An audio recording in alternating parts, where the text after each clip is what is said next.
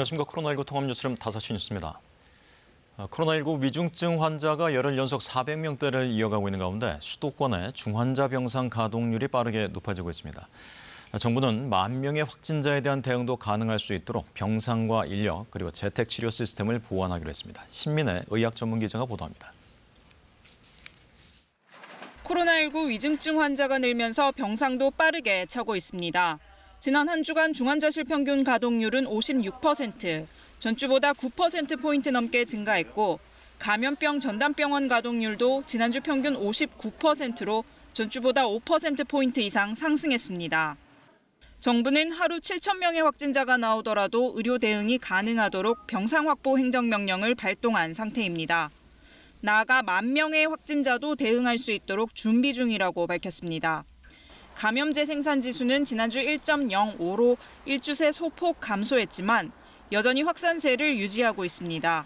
추워진 날씨에 따른 실내 활동의 증가, 고령층의 돌파 감염자 증가뿐만 아니라 아동, 청소년을 비롯한 미접종자 1천여만여 명이 아직 남아있고 무엇보다도 감염 위험에 대한 경계심이 약화된 것이 주요 원인으로 지목되고 있습니다. 돌파 감염이 전체 확진자의 절반에 가깝고 일찌감치 접종을 마쳐 백신 효과가 감소한 고령층이 위중증과 사망자의 대부분을 차지하는 상황에서 고위험군의 추가 접종 필요성이 높아지고 있습니다. 한편 정부는 국산 코로나19 백신과 치료제 개발을 활성화하기 위해 임상시험 참여자에 대한 지원을 강화합니다. 임상 3상에 참여한 경우 예방접종 증명서를 발급받게 되고 1상과 2상에 참여한 경우 방역패스 적용 예외를 인정받습니다. 방역패스 계도 기간이 종료됨에 따라 오늘부터는 백신 미접종자가 실내 체육시설을 이용하면 적발 시 과태료를 물어야 합니다. KBS 뉴스 신민혜입니다. 민주당의 이재명 후보가 전국민 지원금 정책을 협의하자고 국민의힘 윤석열 후보에게 제안했습니다. 윤석열 후보는 김종인 전 비대위원장에게 도움을 요청했는데 김 전 위원장은 계기가 되면 도와줄 수 있다고 답했습니다. 강푸른 기자가 보도합니다.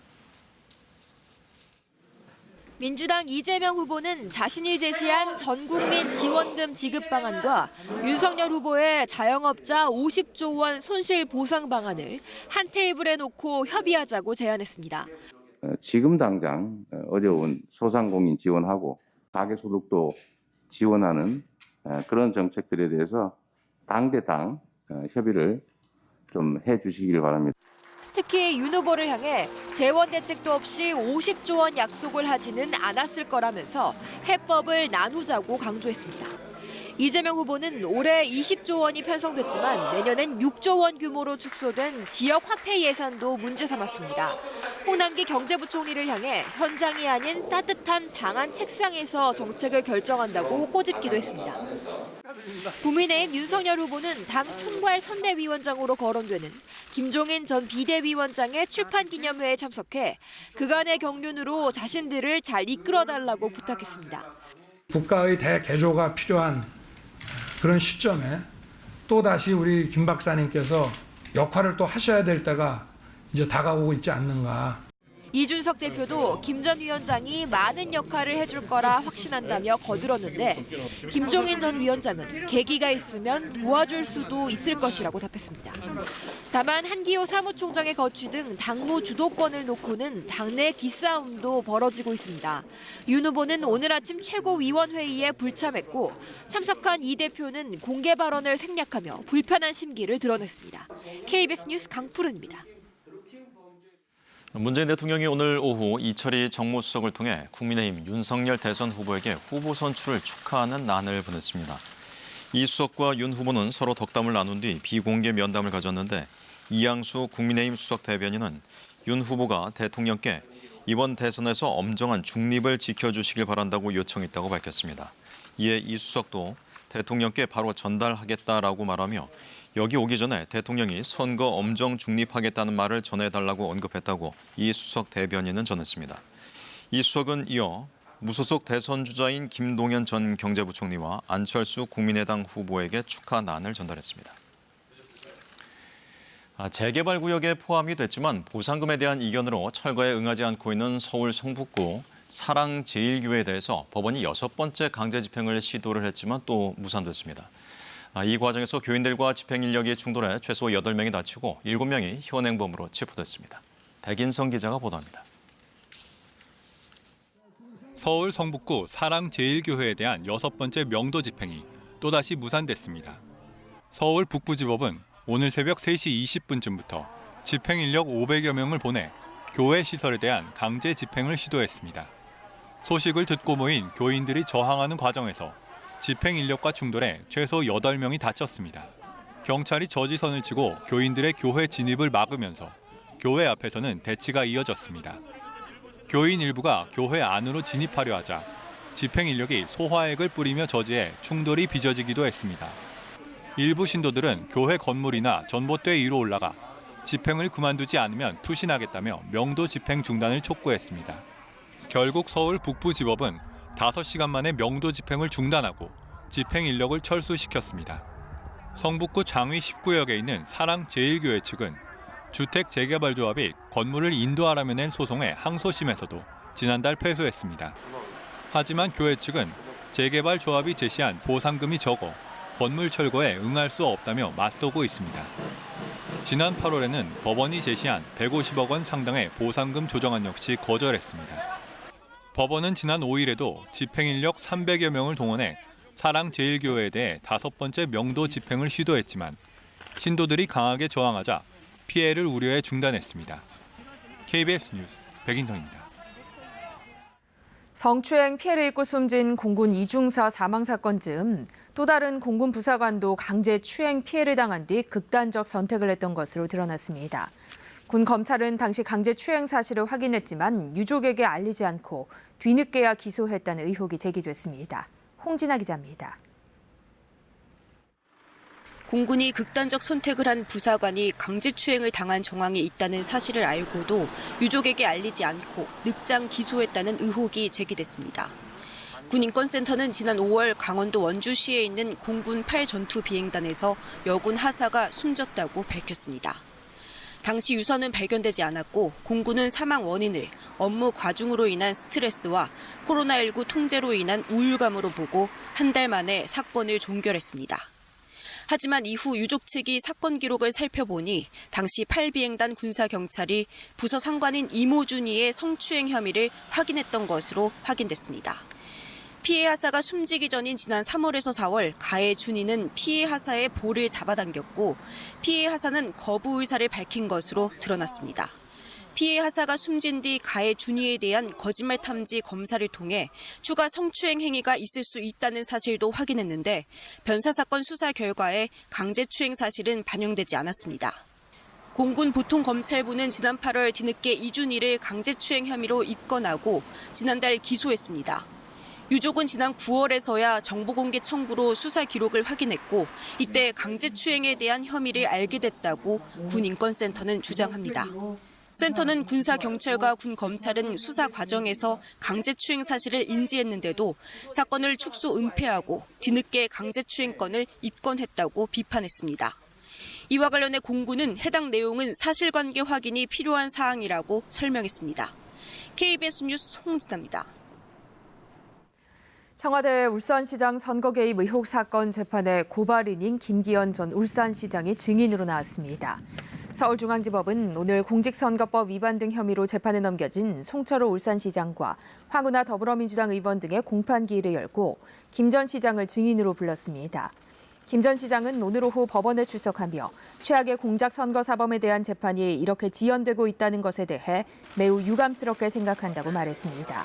이와 관련해 울산지방경찰청장이던 황 의원은 김 전 시장 측근들 비리를 수사하지 않았다면 토착 비리는 영원히 묻힐 뻔했다고 주장했습니다. 미국을 방문 중인 최종건 외교부 1차관이 한반도 종전선언과 관련해 조만간 좋은 결과가 있을 것 같다고 밝혔습니다. 적어도 한미 간에는 관련 논의가 마무리 단계에 접어들었다는 뜻으로 풀이됩니다. 워싱턴에서 김기현 특파원입니다. 최종건 외교부 1차관이 한미일 외교차관 협의 참석을 위해 미국 워싱턴 DC를 찾았습니다. 공항에서 기자들과 만난 최종건 차관은 종전선언 추진 상황과 관련한 질문에 연말이라는 시기를 들며 조만간 좋은 결과가 있지 않을까 싶다고 밝혔습니다. 한미 간에는 종전선언 추진이라는 측면에서 이견이 없다며 언제 어떻게 할 것인가라는 방법을 논의 중이라는 설명도 덧붙였습니다. 한미가 소위 이견 없이 합의하고 이 방법론에 관련해서요. 뭐 조만간 결과가 있을 것 같고 그리고 나서 이제 북에 제안하는 거겠죠. 이게 결국은 종전선언이라는 것이 그 상대가 있는 것이니까요. 꼭 가는 길에 있습니다. 종전선언 문안 조율 등에 진척이 있느냐는 질문에 최 차관은 한미 북핵 대표들 간 협의 결과 등을 토대로 차관급 추가 협의가 이루어질 것이라고 답했습니다. 그러면서 중요한 것은 북한의 반응이지만 장담할 수는 없다며 이를 어떻게 유도하고 견인하느냐는 또 다른 영역이라고 말했습니다. 종전선언을 매개로 한 대북 접근 관련 논의가 북측의 반응을 타진하는 단계로 나아가야 한다는 의지로 풀이됩니다. 한미 간 대북정책 협의의 또 다른 주요 주제 가운데 하나였던 인도적 지원과 관련해 최 차관은 현재 충분히 진전할 상황이 됐다며 중요한 건 정치적 결단이라는 견해도 내놨습니다. 최 차관은 19일까지 미국에 머물며 웬디 셔먼 미 국무부 부장관과 회동하고 한미일 외교차관 협의를 갖는 등 한반도 현안과 관련한 당국 간 조율을 계속할 계획입니다. 워싱턴에서 KBS 뉴스 김기현입니다. 청약 사각지대에 있던 실수요자들의 내 집 마련 기회가 늘어납니다. 내일부터 신혼부부 특별공급과 생애 최초 특별공급 물량의 30%가 추첨으로 선발되고 공공분양에만 적용되던 사전 청약이 민간에도 열리게 됩니다. 바뀌는 특별공급 청약 제도를 변진석 기자가 전해드립니다. 국토교통부는 신혼부부와 생애 최초 특별공급 청약 기회를 확대하는 내용의 주택공급에 관한 규칙 일부 개정안을 내일부터 시행한다고 밝혔습니다.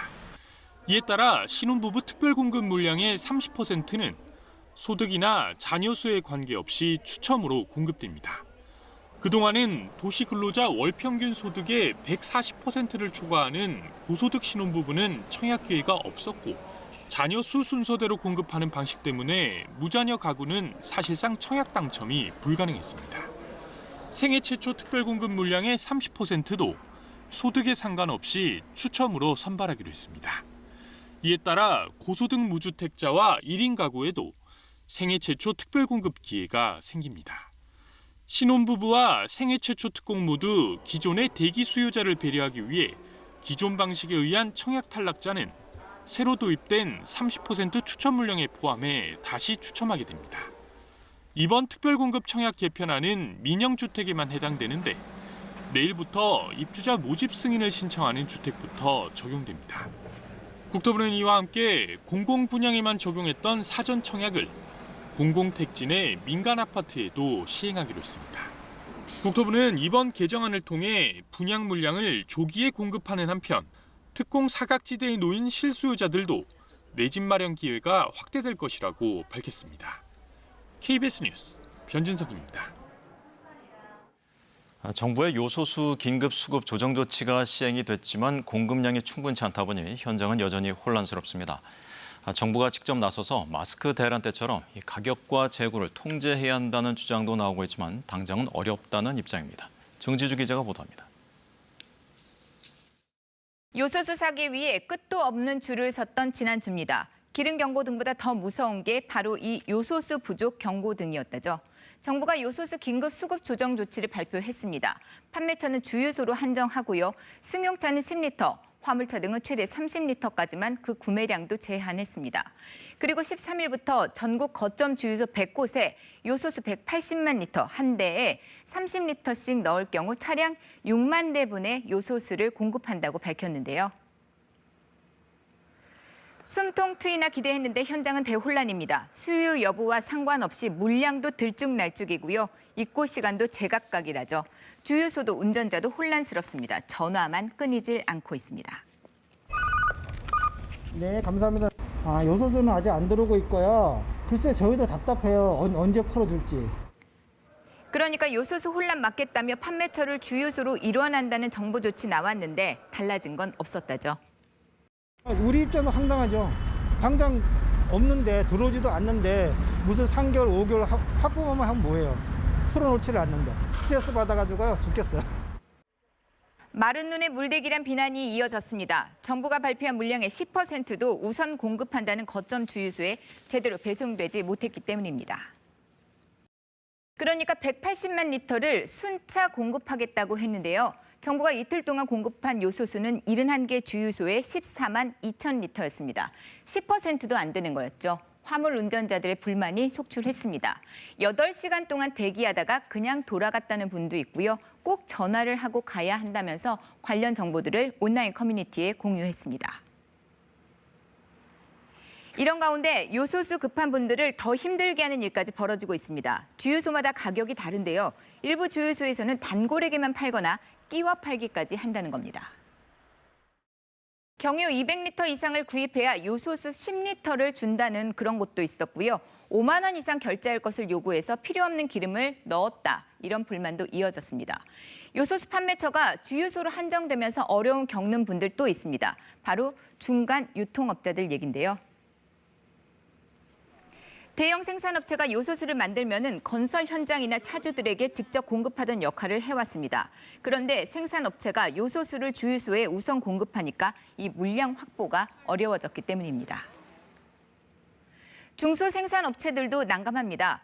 기존 유통망 통해서 물량을 팔아왔는데요. 이 유통망에 주유소가 없다면은요, 새 판로를 개척해야 하는 어려움을 겪게 됐기 때문입니다.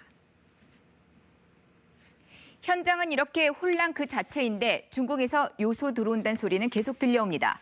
지난 주말에도 산업용 요소 2,900여 톤이 중국 떠난 지 사흘 만에 우리나라에 들어왔습니다. 오늘 19일에도 차량용 요소 300톤 물량이 중국에서 출항한다거든요. 그렇게 5개월 정도 쓸 수 있는 요소수가 확보될 걸로 정부는 보고 있습니다. 하지만 운전자들은 언제 어디에서 요소수를 쉽게 만날 수 있을지 알 수가 없는 상황입니다.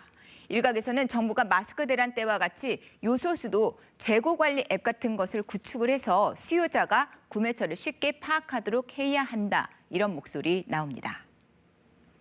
마스크의 경우 약국의 전산 시스템을 활용했습니다. 구매자가 다른 약국에서 마스크를 구입했는지 또 약국에 재고가 있는지 여부를 실시간 조회 가능했습니다.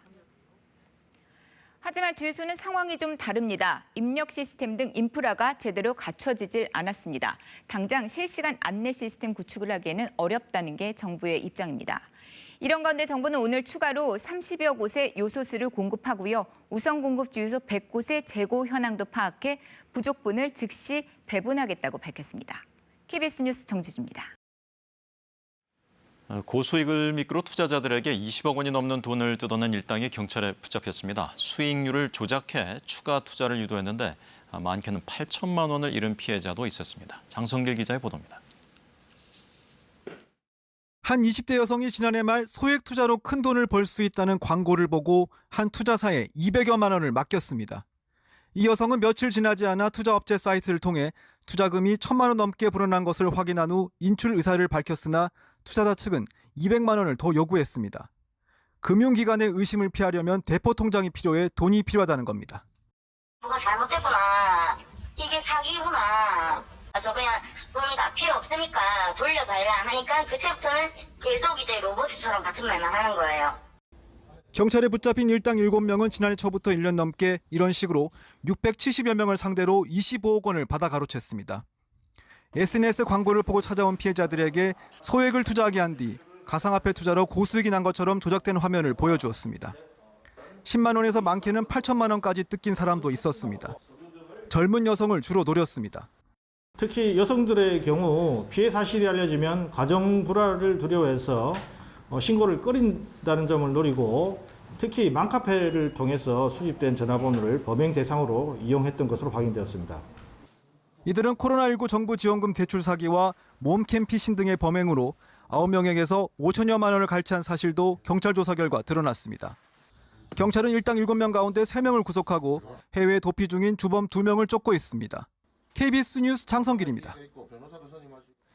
한때 대학의 인기 MT 장소로 꼽히며 젊음의 성지라 불렸던 강원도 강촌.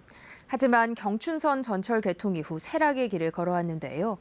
방치됐던 옛 강촌역의 새 단장을 마치고 강촌의 부활을 꿈꾸고 있습니다. 이청초 기자입니다. 완행열차에 짐을 바리바리 싣고 찼던 강촌역. 7080 세대들에게 강촌은 MT, 청춘, 낭만과 동의어였습니다. 하지만 2010년 경춘선에 전철이 들어오면서 강촌역은 폐쇄됐고 강촌도 시들어갔습니다. 한 20년 전에 강촌 왔었는데 그때는 그냥 치고자고 오는 것만으로 재미있게 왔다 갔는데 너무 좀 바뀐 것 같아요. 폐쇄된 지 10년 만에 역사가 다시 부활했습니다. 이름은 강촌 상상역. 과거의 영광에 머물지 말고 활기찬 미래로 나가는 상상을 하자라는 의미가 담겼습니다. 역사를 중심으로 마을 전체를 되살리기 위한 문화예술마을 조성 사업의 시발점입니다. 1층에는 도자기 공방이, 2층엔 강촌의 역사를 한눈에 볼 수 있는 사진 전시장이 들어섰습니다. 주변에도 출렁다리와 오리 조형물, 레일바이크 등 관광시설이 속속 들어서고 있습니다. 옛 기찻길이 있던 피암 터널입니다. 1km 정도 되는데요. 지금은 기차역이었다는 흔적만 이렇게 곳곳에 있고 사실상 제대로 활용되지 못하고 있습니다. 맨땅으로 변한 곳엔 철길 복원도 검토하고 있고 내년엔 구곡폭포 바로 밑에 커다란 출렁다리가 추가로 들어섭니다. 문화예술 마을 만드는데 저희들도 주민들도 적극적으로 주도적인 노력을 해나갈 계획입니다. 폐지 10여 년 만에 다시 태어난 강촌 상상역. 젊음의 성지, 강촌의 부활을 알리는 신호탄이 될 전망입니다. KBS 뉴스 이청초입니다. 중국 베이징 증권거래소가 개장했습니다. 상하이와 선전에 이어 중국 본토에 들어선 세 번째 거래소인데 미국과의 경쟁 속에 자국 기업의 기술 자립을 지원하려는 중국 정부의 의도가 깔려 있다는 분석입니다. 베이징에서 조성원 특파원입니다.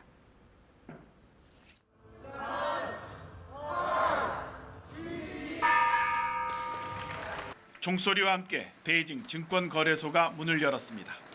기존의 중소기업 전용 장외 주식 가운데 81개 우량 기업으로 출범했습니다. 하루 30%로 가격 등락폭을 설정했지만 이를 적용하지 않는 개장 첫날 500% 넘게 폭등한 종목도 있었습니다. 투자자 보호를 위해 투자 경력 2년 이상, 주식 계좌 20일 평균 잔액 50만 위안, 우리 돈 약 9천만 원의 문턱을 만들었습니다. 특별 행정구인 홍콩을 제외하고 중국 본토로는 상하이, 선전에 이어 세 번째 증시입니다. 중소기업 육성이 신설 명분입니다. 市值相对小一些的那么企业经营规模小一点的企业也可以有机会通过北交所的通道进入全国性的证券交易所. 더불어 미중 갈등 속에 중국 정부가 자국 기술 기업들이 미국 등 외국 자본에게 덜 의존하도록 내린 조치란 분석도 나옵니다. 对一些创业者来说可能是一种鼓励吧。第二个也是我觉得这样的话机会更多了嘛，就像中国版的纳斯达克嘛，对，首先我觉得就是给年轻人的机会更多了吧。 앞서 미국 상장을 강행한 공유 차량 업체 DD 추싱은 안보를 위협한 혐의로 중국 당국의 조사를 받고 있습니다. 중국은 자국 인터넷 기업이 해외에 상장할 때 사전에 심사를 받게 하는 제도도 신설했습니다. 베이징 증권거래소는 시진핑 주석이 직접 계획을 발표한 뒤 속도전을 벌이듯 2달 만에 개장했습니다. 미국과의 기술 경쟁 속에 소재와 부품 기업을 육성해 풀뿌리 경제를 다지겠다는 중국의 의지가 깔려 있습니다. 베이징에서 KBS 뉴스 조성원입니다. 미국에서는 9월 중순부터 감소세를 보였던 코로나19 신규 확진자 수가 최근 다시 증가세로 돌아섰습니다. 지난해에도 11월 들어 확산 속도가 빨라졌는데요. 겨울철 대유행이 재현될 수 있다는 우려가 커지고 있습니다. 뉴욕에서 한보경 특파원입니다. 현지 시간 13일 기준 미국의 7일 평균 코로나19 신규 확진자 수는 8만여 명. 일주일 전보다 11%가 늘었고 거의 한 달 만에 다시 8만 명대로 늘어났습니다. 50개 주 가운데 30개 주에서 확진자 수가 증가했고 뉴멕시코와 콜로라도 등 4개 주에서는 40% 이상 증가한 걸로 나타났습니다. 사망자 수는 아직 감소세지만 여전히 하루 평균 1,000명 이상이 코로나19로 숨지고 있습니다. 지난달 헬로윈발 대규모 모임에 영향이 있었다는 분석이 나오고 있는 가운데 미국 보건당국은 당장 다음 주 추수감사절 대이동을 걱정하고 있습니다. 지난해에 비해 13%가 증가한 5,350만 명가량의 미국인이 이번 추수감사절 휴일에 이동할 것으로 예상되고 있는 상황입니다. We're already seeing in places in Europe that even in countries that have higher vaccination rates than we do, that they are going through a massive winter surge. And I'm very worried about the holidays ahead. 성탄절에서 내년 초까지 이어지는 연말 휴가철에 대한 경고도 나오고 있습니다. If you have to travel, make sure that you're wearing a mask. A properly fitting surgical mask or a KN95 are the best options, especially when you're in closed spaces around people whose vaccination status you're not aware of. 현재 미국 질병통제예방센터 CDC 기준으론 코로나19 백신 추가 접종 대상은 65세 이상과 기저질환자 등이지만 콜로라도, 캘리포니아, 그리고 뉴멕시코주 등은 성인 전체를 대상으로 하는 추가 접종 행정 명령을 내렸습니다. 미국의 코로나19 백신 접종률은 전체 인구 대비 59%입니다.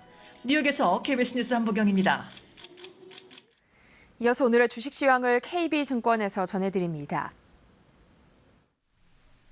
KB증권입니다.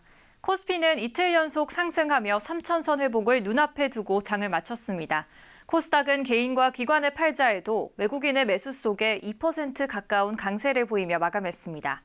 오늘 코스피는 30.72포인트 상승한 2,999.52에 코스닥은 19.96포인트 오른 1,029.03에 마감됐습니다. 지난 주말 미국 증시는 대형 기술주를 중심으로 저가 매수세가 유입되며 상승했습니다. 코스피는 개인의 팔자에도 기관과 외국인의 사자에 상승하는 흐름을 나타냈습니다. 코스피 시가총액 상위 종목들이 대부분 오름세를 보인 가운데 셀트리온 삼형제가 유럽에서 코로나19 항체 치료제가 최종 판매 허가가 됐다는 소식에 강세를 보였습니다. 또한 DB하이텍이 3분기 역대 최대 규모의 실적을 발표하면서 7% 이상의 상승세로 마감했고 메리츠증권이 대규모의 자사주 취득 결정 소식에 11% 넘게 급등했습니다. 반면 에코프로는 차익 실현 매물이 출회되며 하락세를 나타냈고 한국전력은 실적 부진이 이어질 것이란 전망에 약세를 보였습니다. 오늘 원달러 환율은 1원 20전 내린 1,178원 40전에 거래를 마쳤습니다. 지금까지 KB증권이었습니다. 이번 주는 비교적 온화한 날씨가 계속되겠습니다. 기온 그래프 살펴보겠는데요. 낮 기온 살펴보겠습니다. 지난주와 비교했을 때 지난주에는 기온이 10도 아래에 머무는 날이 많았지만 이번 주는 15도 안팎을 유지하겠습니다. 평년 기온과 비교를 해봐도 큰 추이는 없을 것으로 전망됩니다.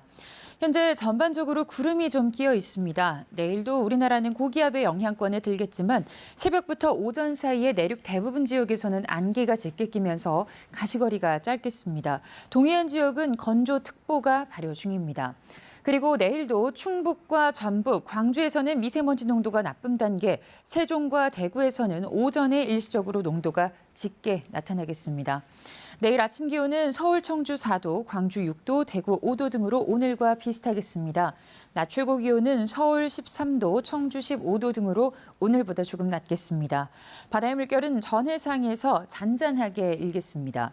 수학 능력 시험이 있는 목요일에는 중부지방에 비 예보 나와 있습니다. 일요일 전국에 비가 내리면서 이후 다시 날이 추워지겠습니다. 날씨였습니다. 코로나19 통합뉴스룸은 7시 뉴스에서 이어집니다. 시청해주신 여러분 고맙습니다.